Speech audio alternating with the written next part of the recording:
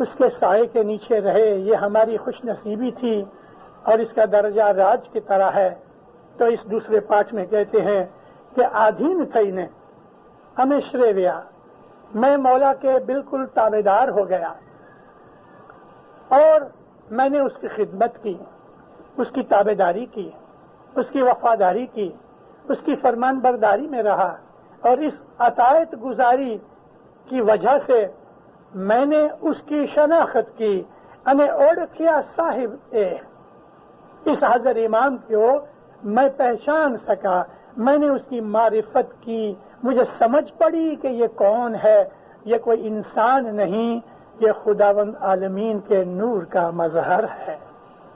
یہ سمجھ کے میں نے دستبند دی اور سر بند ہوا۔ سر بندی ہمارے مذہب کی ایک ریت ہے، ہمارے مذہب کے اندر ایک روایت ہے، ہمارے مذہب کے اندر ایک عادت ہے، اور ہمارے مذہب کا یہ ایک کام ہے، فرائض میں آتا ہے، لیکن یہ فرض ایسا نہیں کہ جس کے نہ کرنے سے ہم گنہگار بنے۔ ہم اس کو کہتے ہیں سر بندی۔ رسول اکرم کے زمانے کے اندر ایسے بہت سے عرب ہوئے کہ جنہوں نے جب اسلام قبول کیا تو اپنا سب کچھ گھر بار انہوں نے رسول اکرم کے پاس اسلام کی خدمت اور خرچ کے لیے سپرد کر دیا، سب کچھ دے دیا۔ احد کی لڑائی ہو رہی تھی، ایک عرب باہر سے سفر کر کے گھر واپس لوٹا اور مدینے کے اندر صرف عورتیں دکھیں، چند آدمی ہتھیار لگائے ہوئے گھوم رہے تھے۔ کہنے لگا کیا بات ہے، کہتا تجھے معلوم نہیں احد پہ ہماری لڑائی ہو رہی ہے؟ اس وقت یہ کھجوریں کھا رہا تھا اور باتیں کر رہا تھا بڑی بے پرواہی کے ساتھ۔ کہتے لڑائی ہو رہی، کائے کی لڑائی؟ کہ مشرکین 3000 آدمی کا لشکر لے کے آئے ہیں اور رسول اکرم اور مسلمان گئے ہیں ادھر لڑنے کے لیے احد پہ۔ احد پہاڑ ہے ایک چھوٹا سا مدینے کے پاس، اس کی دوسری طرف یہ لوگ چلے گئے تھے۔ کہنے لگا ایسا ہے؟ ہاں۔ دل میں کو کہتا ہے اے ایوب، اس کا نام ایوب تھا، اے ایوب تف ہے تیری زندگی پہ، تیرا مرشد اللہ کا رسول تو لڑائی میں ادھر لڑ رہا ہے مشرکوں کے ساتھ، اور تم یہاں کھڑے کھڑے کھجوریں کھا رہے ہو۔ تف ہے ایسی زندگی پہ۔ کھجوریں پھینک دی، تلوار گھر سے جا کے لے کے آیا اور گیا، ایک نامہ لکھا، نبی کے پاس جا کے کہتا یا نبی یہ کھجوروں کا میرا سارا باغ ہے، میں اللہ کے نام پر میں آپ کو دیتا ہوں کہ آپ اس کو بیچ کے اور اسلام کی حفاظت کے خرچ میں آپ اس کو خرچنا، اور آپ مجھے دعا کرو کہ میں جنگ میں جاؤں۔ جنگ میں گیا، لڑتے لڑتے شہید ہو گیا۔ 1 گھنٹہ 2 گھنٹے پہلے کھجوریں کھا رہا تھا اور اب اس نے اپنی ملکت خدا کے نام پہ قربان کر کے اپنی جان بھی قربان کر دی۔ یہ سر بندی ہے، سر کو باندھ لینا۔ مطلب یہ ہے کہ اپنا سب کچھ جان تک بھی خدا تعالیٰ کے سپرد کر دینا۔ ان میں سے ایک اور بھی آدمی تھا، ابو ذر غفاری، مشہور صحابی تھا رسول اکرم کا، اس نے بھی اپنی ساری ملکت دے دی، بچوں کو کہا بھی تم جانو، تمہارا کام جانے، میں تو اب جاتا ہوں، اور ساری زندگی رسول اکرم کی خدمت کے اندر واضح کرتا رہا، عامل کے طور پہ کام کرتا رہا، جدے جدے ملکوں کے اندر جاتا رہا، گاؤں میں جاتا رہا، اور اس نے ساری زندگی خدا تعالیٰ کی خدمت میں گزاری۔ یہ سر بندی تھی۔ وہ لوگ کہ جو کسی نہ کسی طریقے سے ساری زندگی حضرت امام کے گھر کی خدمت کرتے ہیں، وہ سر بندی میں آتے ہیں۔ لیکن ایسا بھی حال ہے کہ ہمارے مذہب کی ہسٹری کے اندر ایسے لوگ ہوئے کہ جنہوں نے اپنی ساری ملکت، تن کے 3 کپڑے رکھ کے باقی سب کچھ انہوں نے امام کے سپرد کر دیا تاکہ دین کی خدمت کے اندر، دین کے کام کے اندر، خرچ کے اندر وہ کام کر سکیں۔ تو پیر صدر دین کہتے ہیں کہ اس مولا کے چرن میں، اس مولا کی خدمت میں، اس کے قدموں میں سر رکھ کے میں دستبند بھی دیتا ہوں، لیکن میں سر بند ہو گیا ہوں، یعنی ساری زندگی دین کی خدمت کرتا رہتا ہوں۔ اور فرمایا کہ یہ دسبندی سربندی جان جو لاگے شاس و نے، یہ چیز تبھی تم کو پتہ لگے گا کہ جب حضرت امام کی محبت تمہارے دل میں پڑے گی. محبت کے کرشمے تو بہت دیکھے ہماری ہسٹری میں بھی، دنیا والوں کی ہسٹری میں بھی. محبت ایک ایسی چیز ہے دینداروں کہ اس سے بڑھ کے کوئی دوسری دنیا کی طاقت نہیں ہوتی. جب امام کی محبت لگ جاتی ہے تو مال و دولت کیا شے ہے. یہ دسبند وہ دیتے ہیں کہ جو امام سے پیار کرتے ہیں. سربند وہ ہوتے ہیں ساری زندگی. آج کے زمانے کے اندر وہ چیز نہیں ہے کہ جو 100-200 برس پہلے ہمارے اماموں کے حضور میں لوگ جا کے سربند ہو جاتے تھے. مجھے اچھی طرح سے یاد ہے کہ ہمارے ایک بزرگ تھے جو بعد میں بامبے درخانہ جماعت کے مکھی بنے، مکھی میگھ جی مور جی. مجھے جو یاد ہے تو آخری یہ ایک شخص تھے کہ جنہوں نے اپنی ساری ملکت امام کے قدموں میں رکھ دی اور کہا کہ خداوند میں سربند ہوتا ہوں. مولانا امام سلطان محمد شاہ داتار نے اس کی یہ آرزو پوری کی، قبول کیا. یہ 1910-11 کا واقعہ ہے، یعنی لڑائی سے 3-4 برس پہلے کی بات ہے. اور بعد میں مولا نے یہ ساری رقم وہاں کے سینٹرل اسکول بنایا گیا تھا بامبے کے اندر. جو بامبے کے جو لوگ ہیں ان کو شاید اس بات کا پتہ ہوگا کہ کانڈی محلے سے نکل کے ہم جب یہ اپنے درخانے کی طرف جاتے ہیں تو رستے کے اندر سینٹرل اسکول آتی ہے اور اس کے بعد یہ ہمارے یہ قبرستان آتا ہے. یہ سینٹرل اسکول مکھی میگھ جی مور جی کے اس کارسازی یا سربندی کے پیسے سے بنائی گئی. مکھی نے واپس شروع کام کیا اور 2 ہی برس کے اندر اس نے جتنا امام کو دیا تھا اس سے 10 گنا زیادہ اس کو مل گیا. اور جب گزر گیا تو لاکھوں کی ملکت چھوڑ کے گیا. اس کے بعد مجھے معلوم نہیں اگر کوئی پرائیویٹ لیڈر سربند ہوا ہوئے تو مجھے علم نہیں ہے، مگر اس کے بعد سلطان محمد شاہ قبول بھی نہیں کرتے تھے. مولانا حضرت امام کی خدمت میں ایک عورت سربند ہونے کے لیے گئی تھی مگر حضرت امام نے قبول نہیں کیا. آج ہماری سربندی یہ ہے کہ ساری زندگی جو مولانا حضرت امام کی خدمت کرتا ہے کوئی بھی تنخواہ پگار لیے بغیر، یا اگر وہ پگار یا تنخواہ لیتا ہے تو حضرت امام فرماتے ہیں یہ میری بخشش ہے تاکہ اس کے بیوی بچے پل سکیں. مگر جو آدمی ساری زندگی امام کے گھر کی خدمت کرتا ہے دینداروں، اس کا درجہ سربندی کی طرح ہے. اور یہ ہمارے مذہب کی ایک ریت میں سے آتا ہے. اور بھی دوسرے گنانوں کے اندر سربندی کا ذکر ہے، مگر پیر صدرالدین کہتے ہیں کہ یہ دسبند دینا یا سربند ہونا یہ تو ان لوگوں کی خاصیت ہے کہ جو امام سے پیار کرتے ہیں. جو آدمی مولا کو پیار نہیں کرتا اس کی دسبند برابر ہوتی بھی نہیں. پکے دسبندی اسی کو کہتے ہیں. اور حقیقت یہ ہے دینداروں کہ دسبند دینے سے حضرت امام کی محبت بڑھتی ہے، اور وہی دسبند دیتے ہیں جو مولا کو پیار کرتے ہیں. یہ ایک ہمارے مذہب کے جو بنیادی اصولوں میں سے ایک بڑا اصول ہے. 3 وقت کی دعا اور ہماری دسبند مال واجب جو ہے ہمارے اوپر فرض قرار دی گیا ہے. عشر اللہ جس کو کہتے ہیں قرآن پاک کے اندر، یہ تو ایک عظیم ہمارے فرائض میں سے فرض ہے. چوتھا پارٹ ہے، اب روحانیت کی طرف بھی صدرالدین جا رہے ہیں. جی نرمل من تو رہے جو پوروا ہووے سنیہا